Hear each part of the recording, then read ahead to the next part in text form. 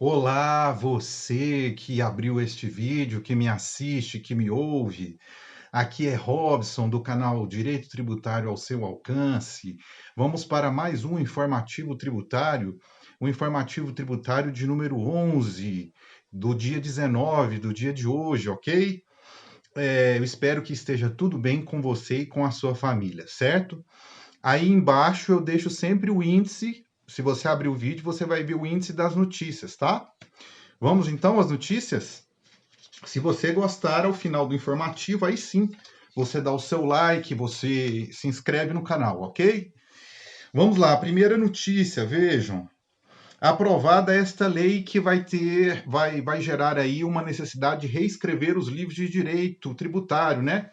Porque a lei da transação tributária, a lei que trata sobre a questão do pequeno devedor, essa lei ganhou o apelido de MP do contribuinte legal e agora foi convertida na Lei 13.988 sem vetos, no que diz respeito ao fim do voto de qualidade no CARF, né? Que gerou muita insatisfação parcial, vamos dizer assim, parcial de alguns setores, principalmente a OAB. Eu não entendi ainda por que a OAB. Mas tudo bem, vamos noticiar aqui. Vejam, nós fizemos a cobertura dessa MP, do chamado contribuinte legal aqui, falamos em vários informativos sobre ela, tá? Eu vejo a necessidade de fazer um vídeo específico sobre ela e sobre a chamada MP do contrato verde e amarelo, que também tem implicações tributárias e que também foi aprovada e que, salvo engano, irá agora para publicação e sanção. Todavia, com relação a essa MP do contrato verde e amarelo, acredito que nós vamos ter que esperar um pouco mais, tá? Porque tem aí o trâmite legislativo, tá bom? Bom, de forma bem sucinta, aqui, como eu disse, vejo necessidade de fazer um vídeo específico só para esta lei, porque é uma lei importante, ela traz modificações no sistema, no sistema tributário que tem implicações grandes, ok? Então vamos lá, de forma bem sucinta. O voto de qualidade no CARF acabou, né? Não houve voto, então agora podemos.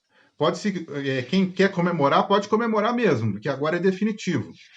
O que mais que essa lei trouxe? Trouxe a transação tributária, regulamentando, né, o artigo 171 do Código Tributário Nacional. E aí ela traz de forma bem sucinta, eu vou ler aqui, 3 formas de transação tributária: por proposta individual ou por adesão na cobrança de créditos inscritos na dívida ativa da União, de suas autarquias e fundações públicas, ou na cobrança de créditos que sejam de competência da Procuradoria-Geral da União. E a lei trouxe a possibilidade de transação de créditos tributários não judicializados. Essa seria a hipótese de número 1.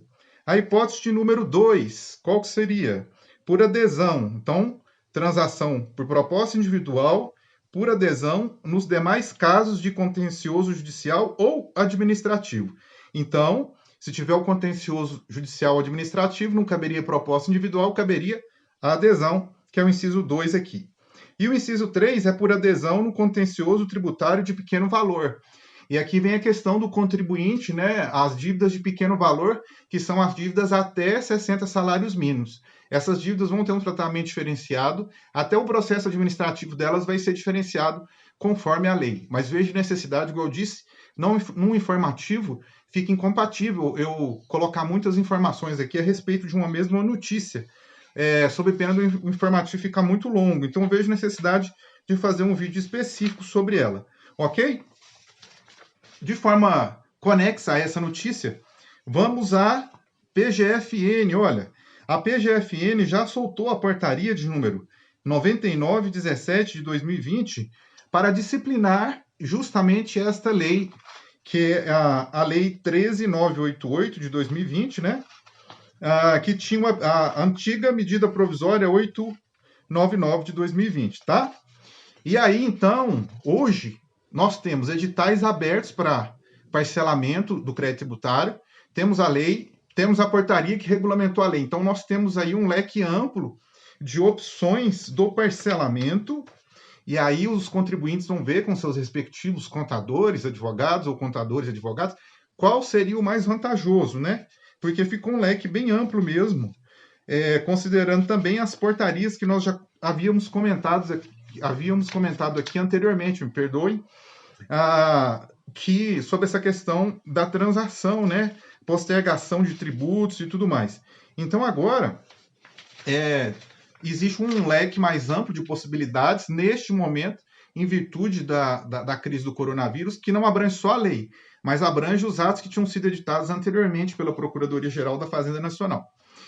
E aqui, os contribuintes, também diz que os contribuintes já começam a elaborar propostas individuais, porque o contribuinte pode também fazer uma proposta individual de transação, que essa era a possibilidade que parece que até então não existia, era muito limitada, né? A respeito dos créditos e dos débitos tributários. Né? Vamos aguardar aí como que vai ser os desdobramentos dessa lei, ok? Vamos para a notícia seguinte. Olha, STF aprova súmula vinculante sobre imunidade tributária para livros eletrônicos, até que enfim, né, demorou, mas veio. E aqui tem na pauta do Supremo um caso sobre julgamento de software, que talvez até semana que vem, eu não sei, não tem essa previsão. Eu sei que está na pauta, mas não sei se o Supremo vai julgar. É a questão de tributação do software, tá bom? Que é uma outra questão aí já bem antiga, né? O Supremo julgou a questão do software de prateleira e o software comercial, o por encomenda e o de prateleira, mas não julgou essa questão sobre softwares eletrônicos. Na época que o Supremo julgou isso, a tecnologia digital ainda estava muito aquém do que está hoje, né? Existem situações na tributação digital que ainda não se tem uma resposta. Bom, que súmula vinculante é essa? Súmula vinculante número 57. O que ela diz? Olha, eu vou ler aqui. A imunidade tributária constante no artigo 150, inciso 6, a linha D da Constituição Federal, aplica-se à importação e comercialização no mercado interno do livro eletrônico, o e-book, tá? E dos suportes exclusivamente utilizados para fixá-los, como leitores, olha que interessante, leitores de livros eletrônicos, ainda que possuam mera funcionalidade acessória. Então, o teor da súmula está bem claro e bem amplo, né? A imunidade é ampla aqui, ok? E não havia razões, né, para você conceder a imunidade tributária para o livro comum e não conceder para o eletrônico. Havia um argumento aí que a Constituição havia aderido à cultura tipográfica, que realmente não dá, né? Você tem que trabalhar com aquela questão da mutação constitucional. A sociedade evoluiu, o texto constitucional tem que se adequar, ok? Vamos lá. Olha, aqui sim nós vamos ter a comissão aprova a MP do contrato verde-amarelo. Que comissão? A comissão, salvo engano, essa comissão, ela é a comissão do Senado. Vou confirmar a notícia daqui a pouquinho. Deixa eu ler a notícia primeiro. Comissão aprova MP do contrato verde-amarelo que flexibiliza regras trabalhistas. Mas esta MP, lembra? Nós já comentamos nos informativos anteriores, essa MP tem regras tributárias também. Tá? Deixa eu só confirmar aqui. Foi aprovado o relatório da comissão mista. Senado, isso mesmo. Desculpa, Câmara. E agora a MP precisa ser aprovada pela Câmara e o Senado até o dia 20 de abril. Será que vai dar tempo, então? Dia 20 de abril, que dia? Segunda-feira. Bom, vamos ver aqui o que vai acontecer. Olha, se essa MP é aprovada e convertida em lei mesmo ou não. Rapidamente, quais são as regras tributárias que, se forem aprovadas, vão ter uma repercussão na vida do contribuinte, tá? De forma bem objetiva. Olha, nós já falamos aqui, mas vou falar novamente. Essa MP, ela reduz a alíquota da contribuição para o fundo de garantia do tempo de serviço quando você contrata pessoas, né, entre 18 e 29 anos. Então, ela é MP do trabalho para jovens, considerados aqui, no conceito da MP, pessoas entre 18 e 29 anos. E aí diz o seguinte, tem alguns benefícios para as empresas. E são redução do FGTS, como eu já disse, de 8% para 2%, reduz a multa do FGTS em caso de demissão de 40% para 20%, isenta o pagamento de contribuição previdenciária patronal, que é um tributo, então isenta a contribuição previdenciária patronal, que é um tributo, salário e educação, que é outro tributo, e também a contribuição social para o sistema S, que também é outra modalidade de tributo. Então, tem esses 3 tributos aí. O que mais que tem? Olha, ela tem aqui o que eu acho que talvez seja mais interessante, que ela traz regras sobre a participação nos lucros e resultados. Lembra que nós comentamos sobre isso e que isso é um dos pontos de litígio constantes entre fisco e contribuinte? Ela traz regras disciplinando isso. Porém, eu não vou comentar aqui, porque eu já comentei nos informativos anteriores, e nós não sabemos se esse texto vai estar aprovado da forma como está aqui na reportagem, e o prazo é exíguo, não é isso? Olha, o que mais? Ela traz aqui no final também, ela traz aqui, no final da reportagem, ela traz, veja, olha que interessante, eu achei bem interessante isso aqui, e não me lembro de ter visto isso quando eu comentei essa notícia lá atrás, num informativo. Eu não vou me recordar agora de cabeça qual foi, mas inclusive acho que era notícia de destaque, tá? Então tá lá, que é isso aqui, ó. Ela trabalha essa questão aqui, ó, domicílio eleitoral trabalhista. Veja, a MP 905 de 2019 cria o domicílio eletrônico trabalhista a ser regulamentado pela Secretaria Especial de Previdência e Trabalho do Ministério da Economia. A inovação tem como objetivo notificar o empregador de atos administrativos, ações fiscais e avisos em geral. Então, veja, eu acho interessante essa medida. Será que vai ser aprovada ou não? Vamos ver. A notícia está da seguinte forma. Foi aprovado nessa terça, dia 17. O relatório, então, isso foi sexta-feira, né? O relatório da comissão mista que analisa a medida provisória 905 de 2019. Porém, o prazo dela urge, né? Vamos dizer assim. Agora a MP precisa ser aprovada pela Câmara e o Senado até o dia 20 de abril, ou perderá validade. Será que vai dar tempo? Vamos acompanhar.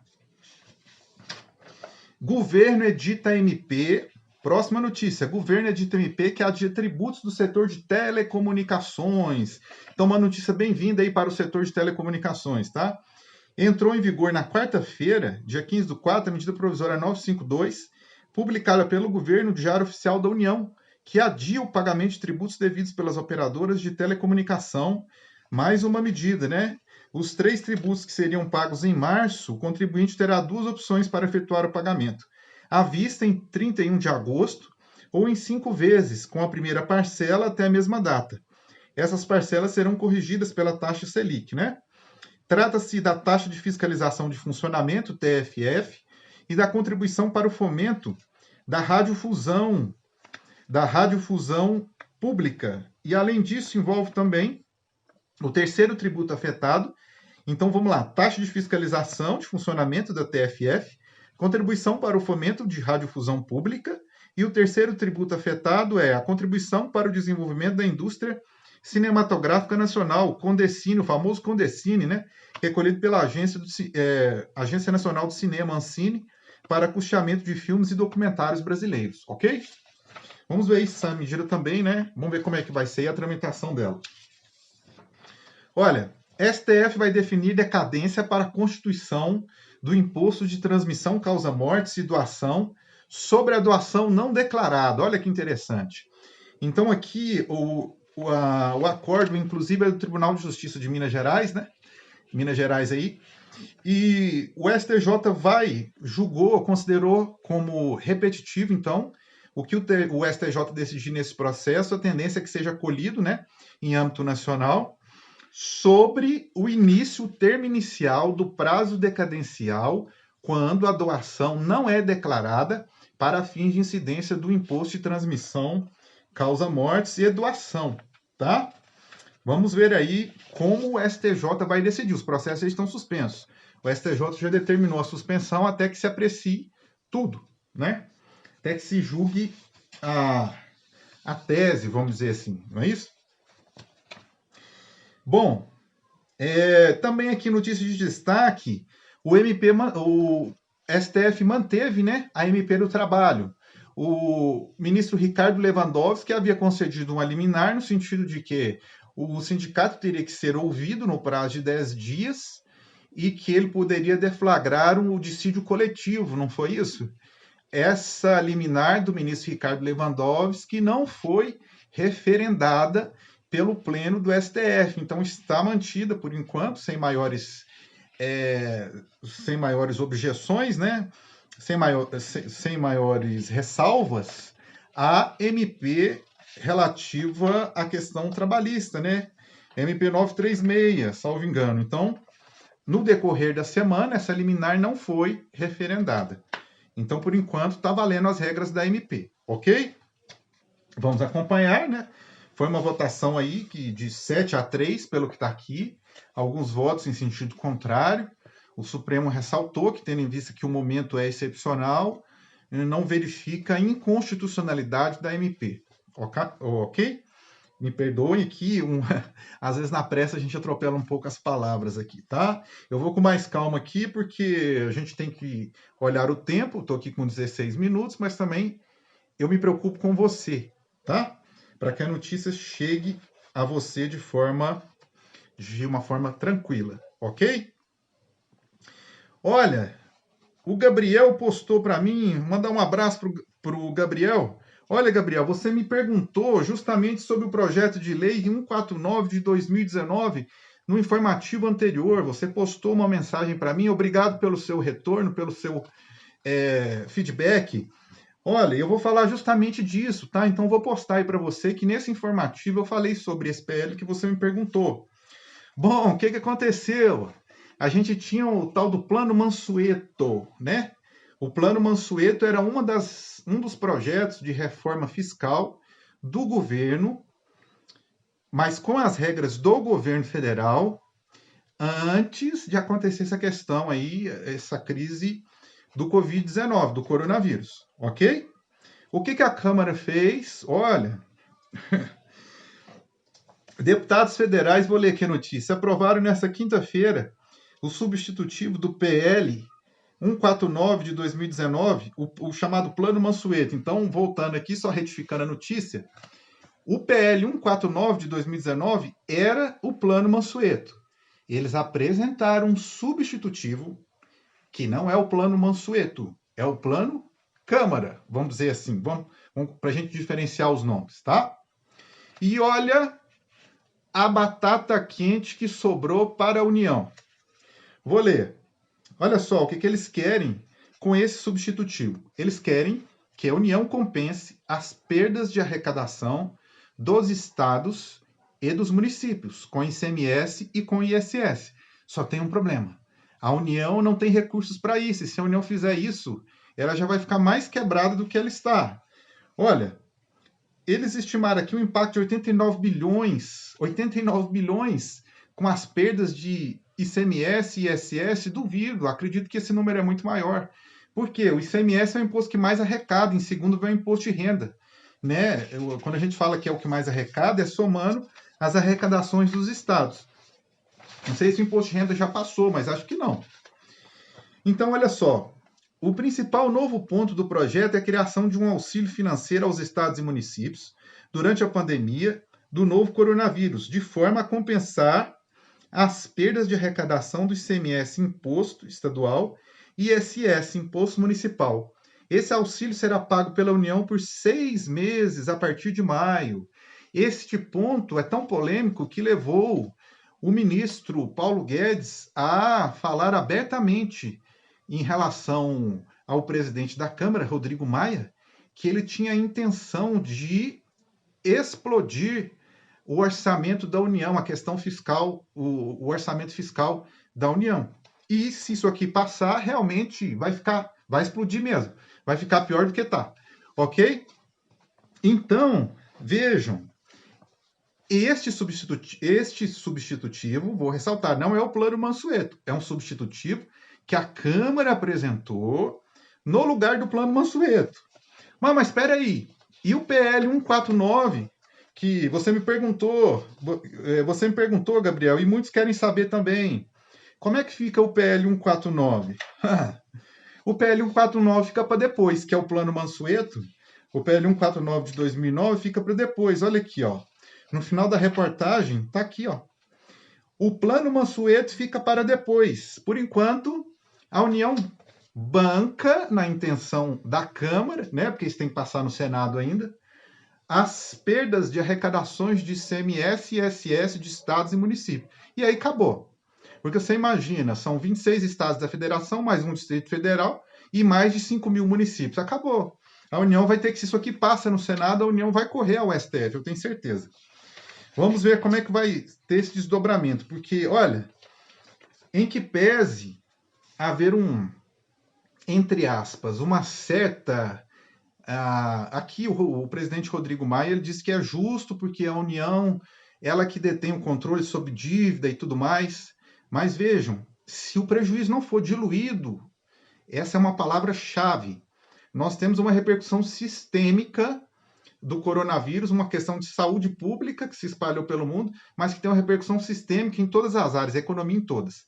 Se o prejuízo não for diluído, o que é diluir o prejuízo? É dividir. E jogar tudo na União, olha, sei não. Vamos ver o que vai acontecer. A União não aguenta. O orçamento da União, nossa dívida, que já é grande, vai ficar maior ainda. Olha, e agora sim. Quanto que a receita da União vai cair? Olha o que diz a reportagem. As primeiras avaliações feitas pela área técnica do governo apontam para uma queda brutal de arrecadação do governo federal, dos governos estaduais e prefeituras neste ano, dependendo do cenário considerado para a recessão econômica provocada pelos efeitos econômicos do novo coronavírus. As previsões apontam que a queda, presta atenção, a queda do quê? A queda da receita líquida, um conceito que está lá na Lei de Responsabilidade Fiscal, poderá superar 150 bilhões, na comparação com o que está programado no orçamento, ou seja, um déficit de 150 bilhões, tá? Olha, é um estrago e tanto, ok? Mas vejam só, isso é uma previsão. Por quê? Isso depende de um levantamento técnico. Aí a gente fala hoje, mas a segunda-feira já vai ser dia 20. Por que não saiu esse dado técnico ainda? E é aí que eu fico mais assustado. Olha por que não saiu o dado técnico ainda. Olha só. Presta atenção, vou ler aqui o que está na reportagem. Qual que é a dificuldade da área técnica do governo? A principal dificuldade para fazer estimativa de queda de arrecadação, explicam os técnicos, é que a crise atual, abre aspas, presta atenção, quebra a série histórica, fecha aspas, usada para calcular a relação entre a receita e o produto interno bruto, que é chamada de elasticidade receita/PIB. É com base nessa elasticidade que é estimada a redução da receita quando o PIB cai ou sobe. E aqui a reportagem diz também que a arrecadação, a previsão que eles têm é que a arrecadação caia mais que o PIB, o que nem sempre acontece. A gente teve números ruins aí de PIB, porém com uma arrecadação subindo, né? O que era uma coisa assim difícil de explicar, mas que é multifatorial, vamos dizer assim, né? Assim, num informativo desse aqui, é difícil discutir esse tipo de questão. Mas vejam, eles estão prevendo que agora a queda da arrecadação vai ser maior que a do PIB, tá? E o que assusta, eles falaram isso aqui, que o coronavírus quebra, o PIB é um conceito relacional. Então você sempre olha o PIB anterior para calcular o posterior. O que eles estão falando aqui em síntese, em resumo? Nós perdemos a referência, nós perdemos o parâmetro. Por quê? O coronavírus tirou esse parâmetro, essa referência nossa, seja referência mensal do PIB anterior, seja referência trimestral, porque foi justamente ali, em março, que veio a pancada do Covid-19, do coronavírus. Vamos aguardar, então, maiores desdobramentos em relação a essa questão, tá? Eita, ninguém sabe para onde que vai essa dívida, né? Bom, olha, sabe para onde que vai? Com certeza nós vamos pagar, não tem como. Taxa Siscomex. Vamos lá, o Supremo reafirmou a inconstitucionalidade do aumento na taxa Siscomex, né, que é uma taxa aduaneira aí, que é cobrada E olha só, para quanto que eles queriam subir? De 30 para R$ 185. O Supremo tem pacífico que a taxa está sujeita ao princípio da proporcionalidade, da razoabilidade, porque ela é uma contraprestação a um serviço público. Então, para que você aumente de 30 para 180, isso representa um aumento, segundo o que foi calculado aqui, de 500% aproximadamente, você tem que justificar que o seu serviço aumentou 5 vezes mais. Então, existe uma correlação entre a prestação de serviço, né, e os princípios aí de cobrança das taxas. E o STF, pelo princípio que veda a proibição de excesso, entendeu que houve um excesso aqui e que o Estado deveria ter observado os índices oficiais de correção, tá? E que se fosse observado os índices oficiais de correção, ela subiria de 30 para 67 e não para 185. E aí a gente pensa, mas são valores poucos. São valores poucos? Olha, eu vou te dar os dados aqui, ó. Do que as empresas movimentam, nós estamos falando de uma taxa de R$ 185, que aparentemente parece ser pouco, né? Olha os valores estimados para recuperação de crédito tributário aqui. 10, 12 milhões. Por quê? As importadoras, importar no Brasil é uma coisa cara, né? É caro. O nosso sistema ele é anti-importação e a crise agora mostrou que nós somos dependentes de importação também, né? Os insumos aí médicos utilizados, mas isso é uma outra questão. Então veja só, mesmo cobrando essa taxa, os valores chegam a isso, porque aí você pega o retroativo de 5 anos e a movimentação das empresas é grande, então são valores altos, de uma taxa que parece pequena, mas olha para você ver como é que no micro se arrecada o macro. TRF4 indefere prorrogação. De quê? Vou ler a notícia, olha. Que são duas notícias do TRF4, tá? A pandemia de Covid, embora desastrosa para a economia, não justifica por si só excluir a responsabilidade tributária de uma empresa que queria o quê? Ela queria, salvo engano aqui, neste julgado do TRF, postergação de tributos. Este foi o resumo dos minuciosos fundamentos utilizados pelo desembargador Roger Halpe Rios, presidente da primeira turma do Tribunal Regional Federal da Quarta Região, para manter despacho que negou liminar a uma empresa de Caxias do Sul, Rio Grande do Sul, né? E ele alega também que o 153 do Código Tributário Nacional usurparia a competência de outros poderes para conceder a postergação de tributos, não é isso? Então, a decisão do TRF4, né, deixa eu só confirmar aqui, não justifica por si só excluir responsabilidade, afinal, várias empresas isoladas na mesma linha têm grande efeito, já está considerando o efeito multiplicador das liminares aqui, ó, para não conceder, tá? Esse tipo de medida. Aqui ressalta o dever fundamental de pagar tributos, a solidariedade social. Essa é uma decisão do TRF4. O mesmo TRF4, ele, por meio aqui já é outro julgador, o magistrado Alexandre Rosato da Silva Ávila. O que ele fez aqui? Flexibilizou a jurisprudência. Então, olha só como é que tem a jurisprudência da crise mesmo. Jurisprudência pacífica do Supremo, dos tribunais regionais federais, que você não pode levantar o depósito em dinheiro e dar uma fiança ou um seguro bancário, né?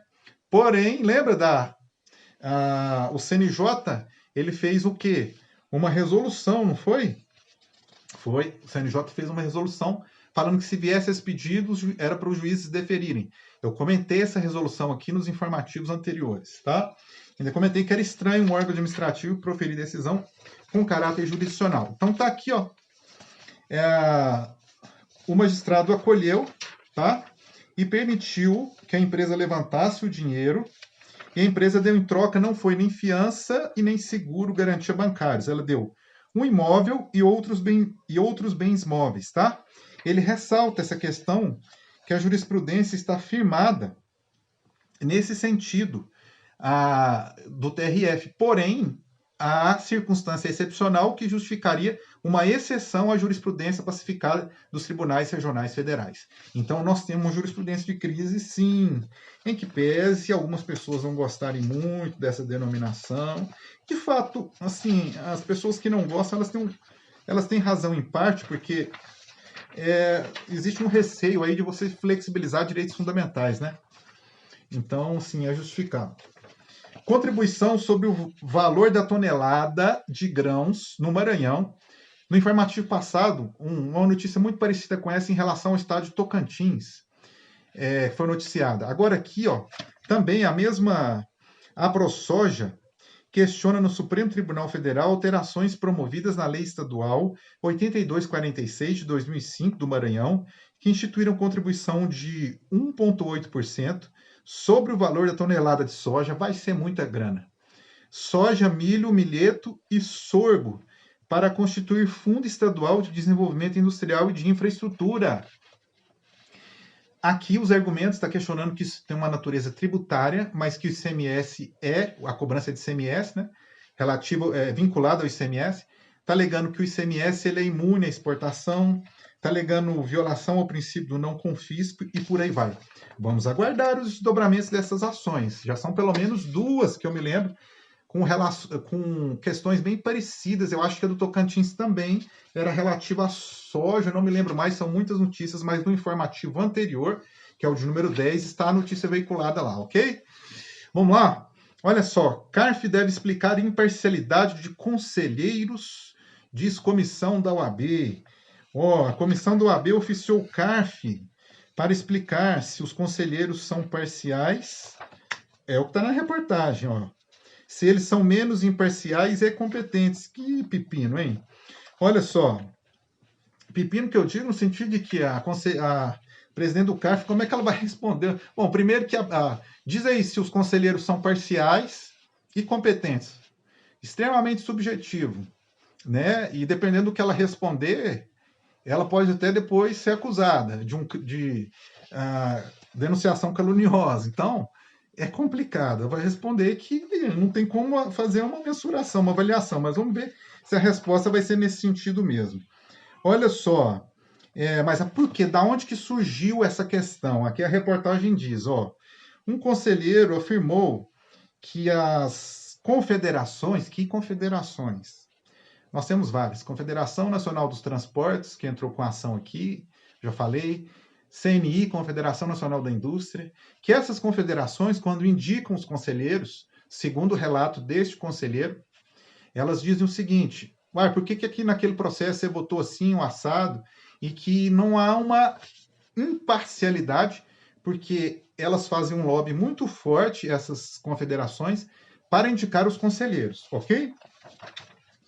E que aí não haveria imparcialidade. Olha, se a gente for adentrar nisso daí e dizer, então aí o CARF inteiro não tem parcialidade, porque do lado da fazenda também são representantes fazendários, né? E quem tem lá, no CARF tem algum magistrado, juiz de carreira que tem experiência, notório conhecimento na área tributária, contabilidade? Não tem. E já houve no Brasil uma iniciativa para se criar um tribunal especial, né, para julgamento de questões tributárias, mas não foi para frente. Olha só, mas vamos aguardar aí, porque se realmente há uma interferência, da forma como foi dito aqui pelo conselheiro, nós vamos ter problema, hein? Isso pode repercutir, inclusive, sei lá, já teve uma operação Zelotes, né, no CARF, e esperamos que não tenha uma segunda operação, porque isso é muito ruim, realmente, aí. Mas se tiver que ser investigado, vai ter que ser. Se tiver que ser analisado, vai ter que ser. Se há um comprometimento de parcialidade, se há lobby, é um problema. Então, vamos lá. A prorrogação dos vencimentos de tributos estaduais. Aqui, o TJ de São Paulo indefere pedido de prorrogação de pagamento de tributos estaduais. Olha, qual foi o fundamento da decisão? A prorrogação dos vencimentos de tributos estaduais devidos por uma distribuidora de peças automotivas foi negada nesta quinta-feira. O fundamento é aquele mesmo, olha, só a lei pode determinar essa moratória, o judiciário não tem competência para tanto. Foram várias liminares, foram várias decisões que eu vi com base neste mesmo fundamento, ok? Por Covid-19, juiz suspende pagamento de créditos em recuperação judicial, já atendendo a recomendação número 63 do CNJ, que também nós já falamos e demos cobertura a ela nesses informativos anteriores aí, tá? Então, veja só, Dr. Gustavo, da 8ª Vara Civil de São Bernardo do Campo, suspendeu até o dia 10 de julho o pagamento de todos os créditos devidos por uma empresa em recuperação judicial. Muito interessante que ele ressalta aqui que a empresa não vinha atrasando os pagamentos e que ele se baseou na recomendação 63 do CNJ, que, por sua vez, está baseada no artigo 73, inciso 4 da Lei de Falência, certo? Vamos lá? Plenário do CNJ ratifica a suspensão de pagamento de precatórios no Espírito Santo. Uma das notícias mais absurdas que eu vi aqui, juntamente com essa questão da Câmara, que quer realmente, parece que quer fazer o déficit fiscal da União, que já é grande, estourar mesmo. Então, veja só, e ninguém postou um comentário. Sabe por que essa notícia não foi para o destaque? Porque vocês que leram essa notícia não postaram um comentário.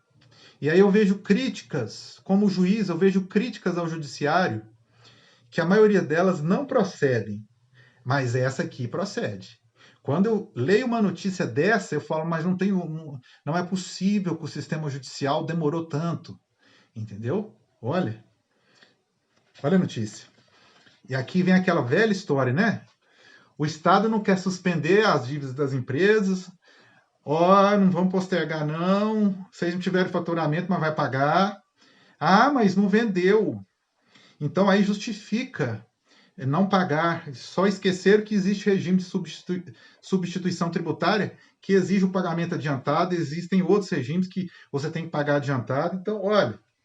Mas na hora do Estado pagar as dívidas dele, principalmente as dívidas mais altas de precatório, ele tenta de todas as formas fugir disso daí. Olha só, olha o que o Estado do Espírito Santo fez em 1990. Sabe o que ele fez? Ele aprovou uma lei em 1990, vamos voltar ao contexto. Inflação galopante, 30%, 20%, 40% ao mês. Ele fez uma lei para os servidores dizendo o seguinte, vocês vão ter reajuste, na época você tinha que dar reajuste mensal, eu me lembro disso. Assim, era mais novo e tal, mas me lembro disso, meu pai. Se a gente ia no supermercado uma vez no mês, porque se você deixasse para ir no outro dia, você já não conseguia comprar. Então, os 5 primeiros dias úteis do mês, o supermercado era abarrotado de pessoas. Então, você tinha que corrigir o salário de quem vivia de salário, você tinha que corrigir mensalmente. Veio uma lei do Espírito Santo e falou, não vai ser mensal, vai ser trimestral. E os índices vão ser diferentes dos índices de referência, né? De correção. Adivinha o que aconteceu? Mas isso é de 1990, são 30 anos. O processo foi até o Supremo. O Supremo falou, a lei inconstitucional vai ter que pagar os retroativos, porque aqui literalmente o Estado passou a mão no salário do servidor, tá? Só que em 30 anos aconteceu muita coisa, reestruturação de carreira, de classe, de vencimento, de atribuição, e aí, para você fazer o cálculo disso, o parâmetro de referência fica complicado. Mas é um processo que levou 30 anos. E agora que está para receber no precatório, adivinha o que aconteceu? O Estado, olha só o que o Estado fez. O Estado recorreu ao CNJ, olha para você ver. Foi dada uma liminar que determinou suspensão de todos os precatórios da denominada trimestralidade, que eram relativos a essas ações que eu falei, de corrigir a cada 3 meses, no Espírito Santo. Por isso que eu tive que explicar, porque se eu ler isso aqui só com trimestralidade, ia ficar estranho. Inclusive aqueles que tenham sido objeto de recálculo, até o trânsito em julgado das ações declaratórias de nulidade. Então, entraram com ação declaratória de nulidade dos precatórios, e o CNJ falou, não precisa pagar. Estranho, né? Porque se tem uma discussão judicial, como é que o CNJ vai interferir na questão que está judicializada? Aqui ele fala da lei de 1990. E aqui, olha só, quem concedeu a liminar, que foi o corredor do CNJ, o corregedor, desculpa, ele fala que haviam erros no cálculo de liquidação quanto à imputação de juros e desrespeito ao termo final. Estranho, mas isso não era questão para ser veiculado em ação judicial, tendo em vista que até a própria reportagem faz menção que existe essa ação e diferenças pela superveniência de planos. Mas aí bateu a Covid, olha, 30 anos mais Covid. Então, para analisar que absurdo que é essa ação. Uma pessoa que tinha 30 anos naquela época, hoje tem 60. Já deu tempo de aposentar. Qual a expectativa que essa pessoa tem de receber o valor do precatório que é devido? Vai se discutir quanto que é, tudo bem, mas ela tem direito a receber o precatório devido. Qual a expectativa de vida que essa pessoa tem? Se ela tinha 40 anos na época, hoje tem 70. Isso é um absurdo, tá? Aí quando vocês forem criticar, saibam que criticar. Porque eu não vi um comentário a essa notícia, nenhum. Agora, vi assim, ó. O juiz indeferiu a prorrogação, o adiamento de tributo, as empresas tudo vão quebrar. Olha, meu querido, o juiz não é escravo, ele não está obrigado ao pedido, o juiz tem autonomia funcional, e o agravo e o recurso existe para isso, ok? E o tribunal pode ter decisão igual ou diferente, que também tem autonomia funcional, e o STJ e o STF também, tá? E as coisas são sistêmicas. Você, por exemplo, tira para a empresa pagar e fala o seguinte, olha, você não precisa pagar o aluguel, tudo bem, mas isso vai ter uma repercussão no sistema, porque você está tirando crédito de uma pessoa que às vezes vive do aluguel. Então aí você quebra o proprietário. Assim, não estou dizendo que está certo ou errado, eu estou dizendo o seguinte, para qualquer lado que se decidir, existem efeitos sistêmicos, tá? Existem efeitos nos demais sistemas da sociedade. A teoria dos sistemas trabalha muito bem isso. Não cabe ao juízo a aplicação da situação não prevista em lei. É mais um. O fisco não pode tomar medidas. Aqui é interessante, porque o juiz indeferiu a postergação do tributo, mas ele concedeu de ofício medida cautelar para que o fisco se abstenha de exercer meios coercitivos extrajudiciais para adimplemento do crédito tributário, especialmente retenção de mercadorias, bloqueio de emissão de notas fiscais, inscrição da empresa no cadastro informativo de créditos não quitados. Bom, eu não sei se isso vai prevalecer, né? Porque me parece que a medida cautelar foi concedida de ofício, não era objeto pedido, em que pese o juiz tem o poder geral de cautela, que pode ser exercido de ofício, né? Também não é uma decisão desarrazoada do colega, não, de jeito nenhum. Vamos ver aí quais serão os desdobramentos, tá? Aqui também um juiz da 13ª Vara Civil Federal concedeu liminar em favor de um hospital e de uma empresa hospitalar da capital paulista. Fernando Mendes é também presidente da Associação dos Juízes Federais e a decisão prorroga por 90 dias o prazo para recolhimento de tributos federais, contados a partir de março, enquanto durar o estado de calamidade pública decretada pelo governo, tá? Na ação, as empresas destacam que prestam serviços de assistência hospitalar de urgência e emergência e são essenciais, né? Esses serviços aqui são essenciais no momento aí de combate a essa pandemia. Vamos a notícias aqui, ó. Receita Federal, eu vou aqui um pouquinho mais rápido, porque são notícias mais curtas também, tá? Receita Federal adia prazo de entrega do livro caixa do produtor rural. E para que dia que ficou? Para o mesmo dia da declaração do imposto de renda, para o dia 30 de junho, ok? Ato normativo, instrução normativa, número 1930 de 2020, certo? Cartilha traz informação sobre todas as mudanças tributárias no período da Covid-19. Olha que bacana. Eu não vi a cartilha, mas a iniciativa já é louvável, né? Para contribuir com a advocacia neste período de isolamento, a Comissão do Contencioso Tributário da OAB de São Paulo editou cartilha sobre as medidas tributárias implementadas em razão da Covid-19. Então, vale a pena aí consultar, né? Se você tem acesso à rede social LinkedIn, que tem aí os currículos e tudo mais, eu gosto muito dessa rede. Então, pessoal muito bom, muito bacana. Você pode, lá eu já vi 2 escritórios de advocacia que fizeram um resumo de todas as medidas tributárias que foram adotadas e postaram lá. Isso deve ter dado muito trabalho para fazer, porque nós estamos sendo bombardeados com atos normativos aí diariamente, semanalmente, né? Então, assim, tem que valorizar quem se dispõe a fazer isso, porque exige um certo esforço. E não são todos que estão dispostos a pagar o preço, porque exige o esforço. Olha só, agora vamos para a questão aduaneira, tá? 2 notícias de caráter aduana, na questão aduaneira. Alterada a instrução normativa que trata sobre importação por encomenda e por conta e ordem de terceiros, tá? Esse texto visou, segundo a reportagem está dizendo aqui, deixar as normas anteriores mais claras, mais inteligíveis, o que é bem desejável, né?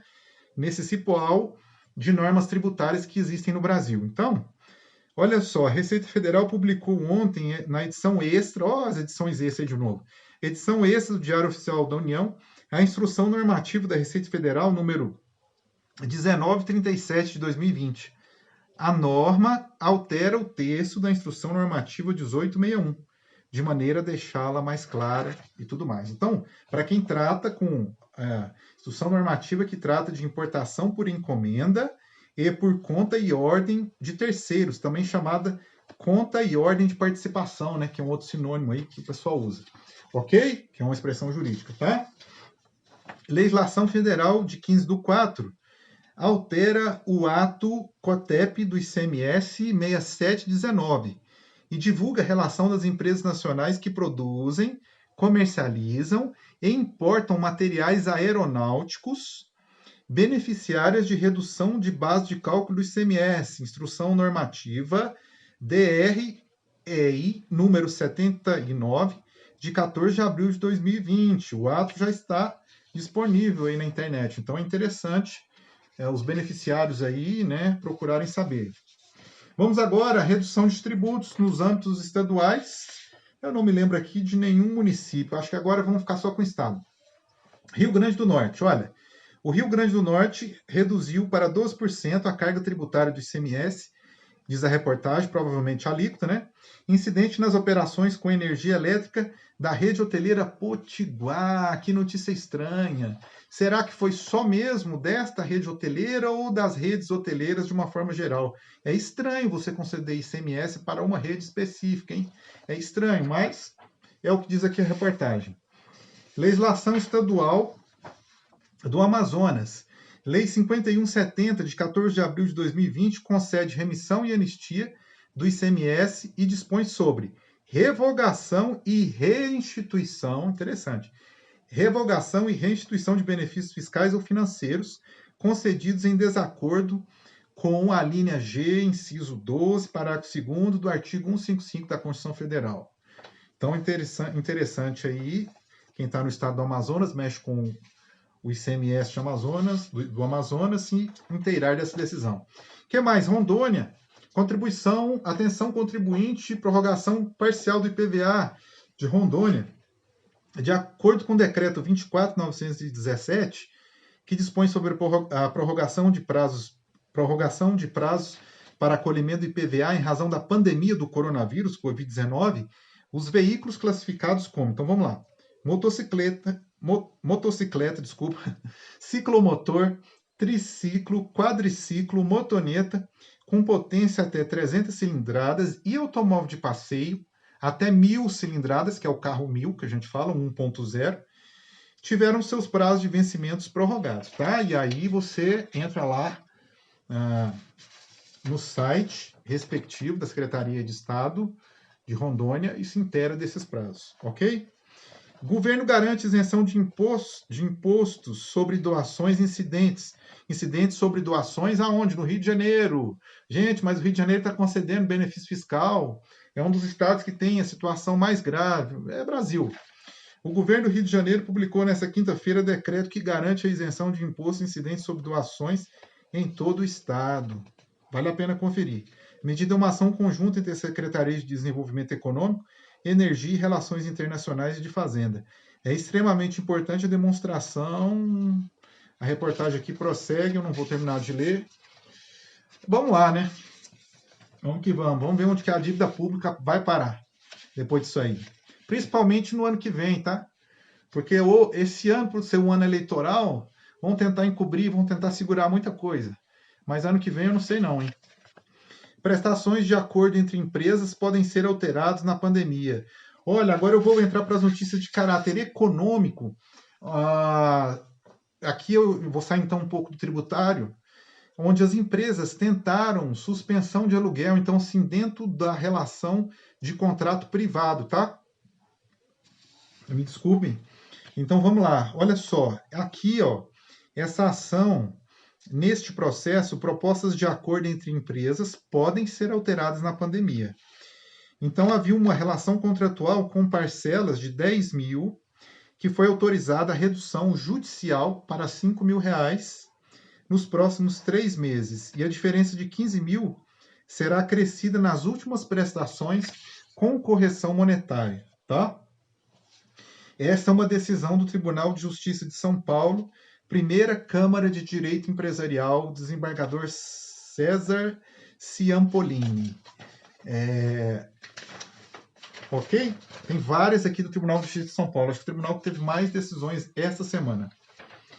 Ministro, no caso o ministro Marco Aurélio, do STF, barrou a ação direta de inconstitucionalidade 6368, lembra? No informativo anterior eu falei dela, é aquela DIN que foi interposta contra a resolução do Banco Central que prorrogava as prestações de mutuários, por exemplo, né, de mutuários que tinham dívidas, parcelamentos de imóveis e tudo mais, né, e algumas outras questões mais. E aí ele disse que não cabe resolução aqui quando não se verifica uma ofensa direta à Constituição, e a notícia não diz, mas ao que parece foi negado seguimento à ação, né?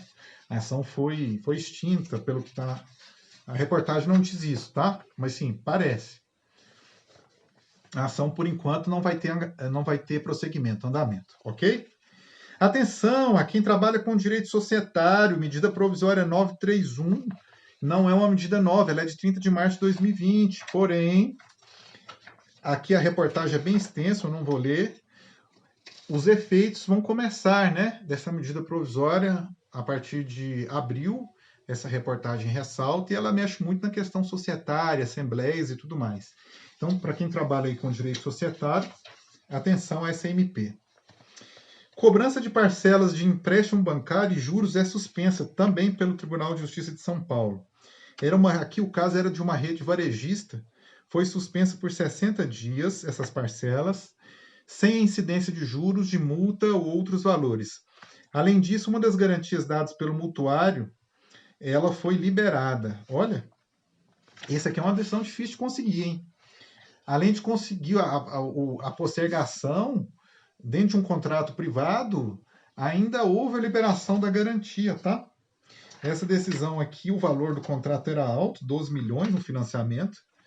Essa decisão aqui é do Tribunal de Justiça de São Paulo.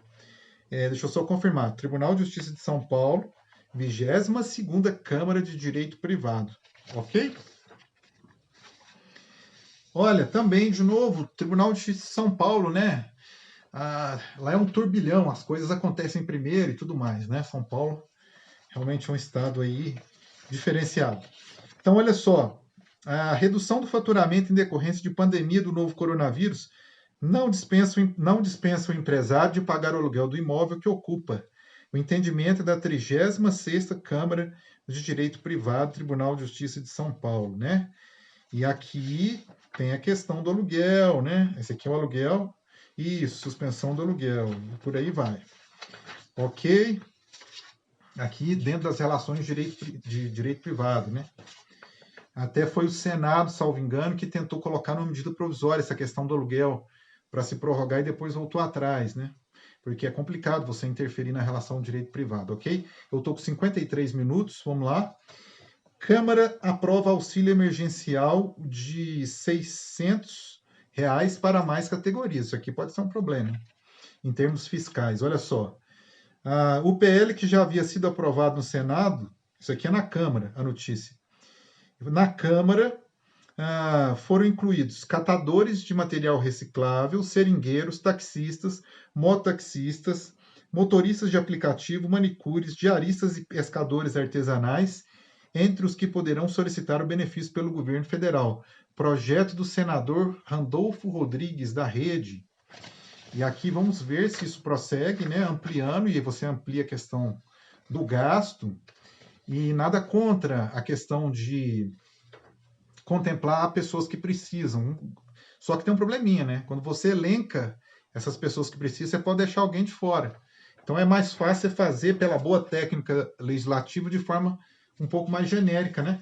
Porque se ali você elenca as classes de forma taxativa e deixa alguém de fora, isso é um problema depois. Pode ser um problema depois. Olha só, já estou terminando, faltam apenas duas notícias, ok? Mas é pelo bem geral da informação, vamos dizer assim. Vamos lá, ó. Extrema pobreza aumenta e pode piorar com o coronavírus. Olha, que situação. Gente, não tem lógica.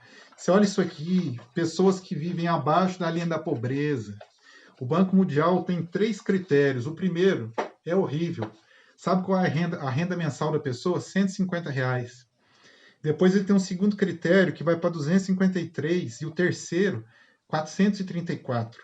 Só que o número que foi dado aqui, ó, é que hoje o Brasil tem 9,3 milhões de pessoas nessa situação. Lamentável. E o número é ainda mais assustador. A previsão do Banco Mundial é que o coronavírus, se não houver assim uma ação, né, solidária aí, jogar tudo nas costas do Estado é complicado. É uma questão de solidariedade mesmo. Mas aí olha só a projeção do Banco Mundial, que isso pode aumentar em 4,7 milhões de pessoas abaixo da linha da pobreza por conta do estrago que o coronavírus vai fazer. Você ouviu? São 9,3. Se aumentar em 4,7, é 50% a mais de pessoas abaixo da linha da pobreza em virtude do coronavírus. Uma tragédia. Olha só, socorro ao setor elétrico pode custar 20% na conta de luz. Quem são os grandes consumidores de energia? Eu e você? Não, as empresas, né? A energia elétrica é um insumo industrial, principalmente para as indústrias que consomem muito. E aí você tem uma queda vertiginosa na produção, menos energia elétrica, isso repercute nas operadoras do sistema, nas distribuidoras. E aí tem um pacote aqui de 17 bilhões, mas eles acreditam que essa conta subirá a 20%. A reportagem aqui menciona os grandes consumidores, os consumidores de grande porte. Mas eu não tenho dúvida que isso pode ser estendido para todo mundo. E todo mundo vai pagar a conta e dilui esses 20%, cai para um valor menor, porque vai diluir e todo mundo paga a conta. Ou então você cobra dos grandes devedores e eles repassam isso para a atividade deles. Então, a tendência é quando se aumenta, quando há um problema na energia elétrica, que né, é um insumo, é a transferência disso ou pessoas rateando essa conta, tá? Eu encerro o informativo tributário por aqui, 57 minutos. Muito obrigado a você que me aguentou, que me aturou aqui até agora. Que Deus abençoe ricamente, imensamente a sua vida, ok? Até o próximo informativo tributário, semana que vem, e que você tenha uma boa semana e abençoada por Deus, ok? Obrigado.